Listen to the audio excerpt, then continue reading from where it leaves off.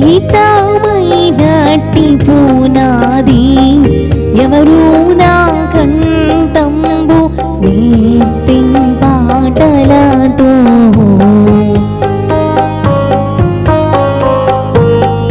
ఎవరు నా భక్తికి హితమైనట్టి పునాది ఎవరు నా కంఠంబు నిత్యం పాటలతో ఎవరు నా పాపముల భారము నెత్తుకుని దేవునికి నాకును చివరకు స్నేహంబు కల్పిరి సిల్వ బాట యేసుక్రీస్తే నాకింత ప్రోత్సాహ నందముల్గల్గుడా